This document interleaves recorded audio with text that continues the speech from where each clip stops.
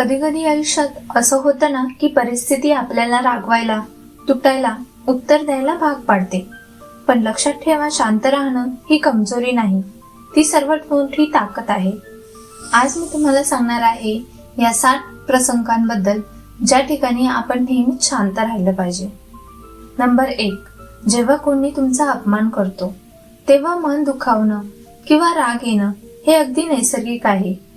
कारण तुम्हीही माणूस आहात, दगड नाही. कोणी तुमच्याशी वाईट बोललं, तुम्हाला कमी लेखलं किंवा तुमच्या कष्टावरती हसलं तर त्या शब्दांचा घाव थेट मनावरती बसतो. पण अशा वेळी एक गोष्टी पक्की लक्षात ठेवा, अपमान करणारा माणूस तुमची किंमत ठरवत नाही.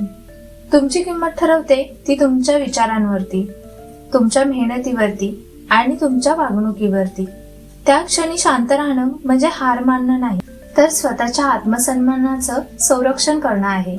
कारण तुम्ही लगेच उत्तर दिलं तर तुमचं मौल्यवान ऊर्जा रागात, वादात आणि नकारात्मकतेत खर्च होणार. त्याचा तुम्हालाही त्रास होणार. पण जर तुम्ही शांत राहून पुढे चालत राहिलात तर वेळ स्वतःच सगळ्यांना उत्तर देते, तुमच्या यशातून, तुमच्या प्रगतीतून आणि तुमच्या शांत आत्मविश्वासातून. नंबर 2, जेव्हा तुमच्यावरती खोटे आरोप होतात तेव्हा मन अस्वस्थ होणं अगदी स्वाभाविक असतं. कारण आपण चुकीचं काही केलं नसतानाही आपल्याबद्दल गैरसमज पसरवले जातात. अशा वेळी लगेच प्रत्येकाला उत्तर देण्याची, स्वतःला सिद्ध करण्याची घाई होते. तर तीच घाई अनेकदा परिस्थिती अधिक गुंतागुंतीची करते. लक्षात ठेवा, सत्याला आरडाओरडा, भांडण किंवा स्पष्टीकरणाची गरज असते.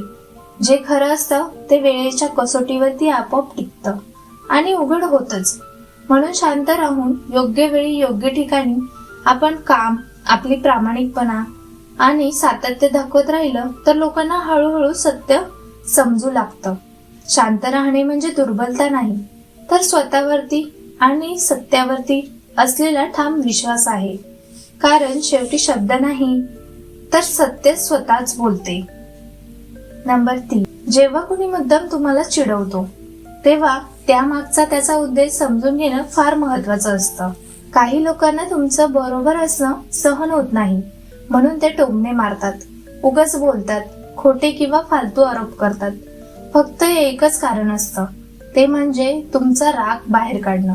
कारण ज्या क्षणी तुम्ही चिडता, आवाज चढवता किंवा वादात पडता त्या क्षणी तुम्ही नकळत त्यांना हवं ते देत असता. तुमचा राग हा त्यांच्यासाठी विजय ठरतो, कारण त्यांनी तुमची शांतता हिसकावून घेतलेली असते. अशा वेळी शांत राहणे म्हणजे दुर्बलपणा नाही, तर ती सगळ्यात मोठी मानसिक ताकद आहे. शांत राहून तुम्ही त्यांना दाखवता की तुमची मनशांती त्यांच्या शब्दावरती अवलंबून आहे. अनेकदा तुमचं न बोलणं, तुमचं शांत राहणं त्यांच्यासाठी सर्वात मोठी शिक्षा ठरते. कारण जिथं त्यांना प्रतिक्रिया हवी असते तिथे त्यांना फक्त शांतता मिळते. नंबर 4, जेव्हा जवळची माणसं दुखावतात तेव्हा ती वेदना इतर कुठल्याही दुखण्यापेक्षा जास्त खोल जाते. कारण जखम बाहेरच्यांच्या शब्दांनी नाही तर आपल्या माणसाच्या बोलण्यानेच होते. आई वडील, जोडीदार किंवा जवळचे मित्र ज्यांच्याकडून आपल्याला आधार, समजूत आणि प्रेम अपेक्षित असतं, त्यांच्याच शब्दांनी मन खूप दुखतं. अशा क्षणी राग, निराशा किंवा असहाय्यपणा एकत्र येतो आणि त्या भावनेतून बोललेले शब्द अनेकदा इतके तीव्र असतात की ते नाती कायमची दुरावू शकतात. म्हणूनच त्या क्षणी शांत राहणं फार गरजेचं असतं.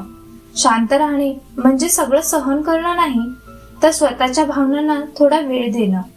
जेव्हा मन शांत होतं तेव्हा समजूतदारपणे बोलणं शक्य होतं, गैरसमज दूर करता येतात आणि नात्यांमध्ये पुन्हा ऊब येऊ शकते. कारण नाती ओरडून, टोमणे मारून किंवा रागाने टिकत नाहीत, ती टिकतात परस्पर समजुतीने, संयमाने आणि प्रेमाने.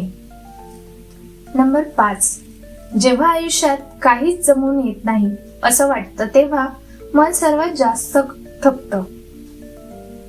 तुम्ही प्रामाणिकपणे प्रयत्न करता, मेहनत करता, स्वतःला झोकून देता, तरीही यश मिळत नाही, अपेक्षित परिणाम दिसत नाही आणि हळूहळू मनात एकच विचार येतो, सगळं सोडून द्यावं.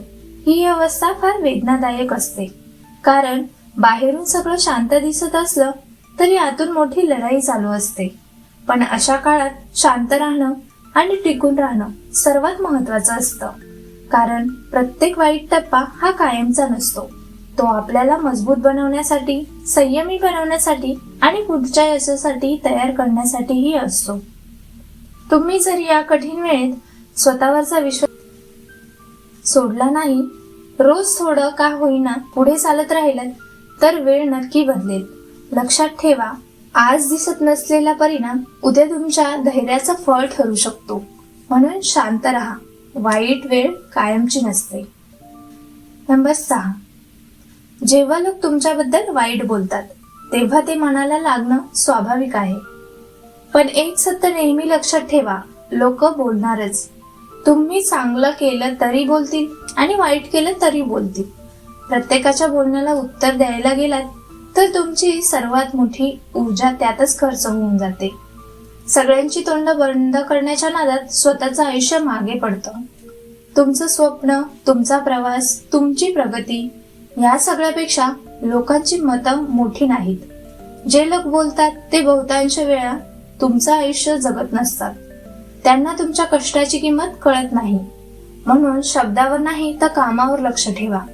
कारण बोलणं क्षणिक असतं, पण तुमचं काम दीर्घकाळ लक्षात राहतं. शेवटी लोक काय म्हणाले यापेक्षा तुम्ही काय करून दाखवलं हेच तुमची खरी ओळख ठरवतं. नंबर 7. जेव्हा यश मिळाल्यावरती लोक बदलतात तेव्हा ते आश्चर्यकारक वाटतं, पण ते सत्य असतं. यश मिळालं की काही लोक जळतात, काही हळूहळू दूर जातात, तर काही तुमचं यश कमी लेखण्याचा प्रयत्न करतात. अशा वेळी अहंकार दाखवणं किंवा वाद घालणं सोपं वाटतं, पण ते योग्य नसतं. कारण तुमचं यश स्वतःच उत्तर देण्यासाठी सक्षम असतं. तुम्ही शांत राहिलात तर तुमची परिपक्वता दिसून येते. शब्दांनी नाही तर सातत्याने केलेल्या कामाने लोकांना उत्तर मिळते. जे लोक बदलतात ते त्यांच्या स्वतःच्या मर्यादा दाखवतात, तुमच्या नाहीत. म्हणून शांत राहा. यश बोलू द्या, तुम्ही नाही. मित्रांनो, लक्षात ठेवा, शांत माणूस म्हणजे सगळं सहन करणारा नसतो, तर तो स्वतःवरती नियंत्रण ठेवणारा असतो. तो प्रत्येक वेळी प्रतिक्रिया देत नाही, कारण त्याला माहीत असतं की कधी थांबायचं आणि कधी बोलायचं. शांत राहणं म्हणजे कमजोरी नाही, तर अंतर्गत ताकद आहे. आयुष्यात प्रत्येक लढाई वादाने जिंकावीच लागते असं नाही. काही लढाई संयमाने, समजुतीने आणि शांततेनेही जिंकता येते. जे स्वतःला सावरतात तेच परिस्थितीवरती विजय मिळवतात. म्हणून शांत राहा, कारण शांततेतच खरी शक्ती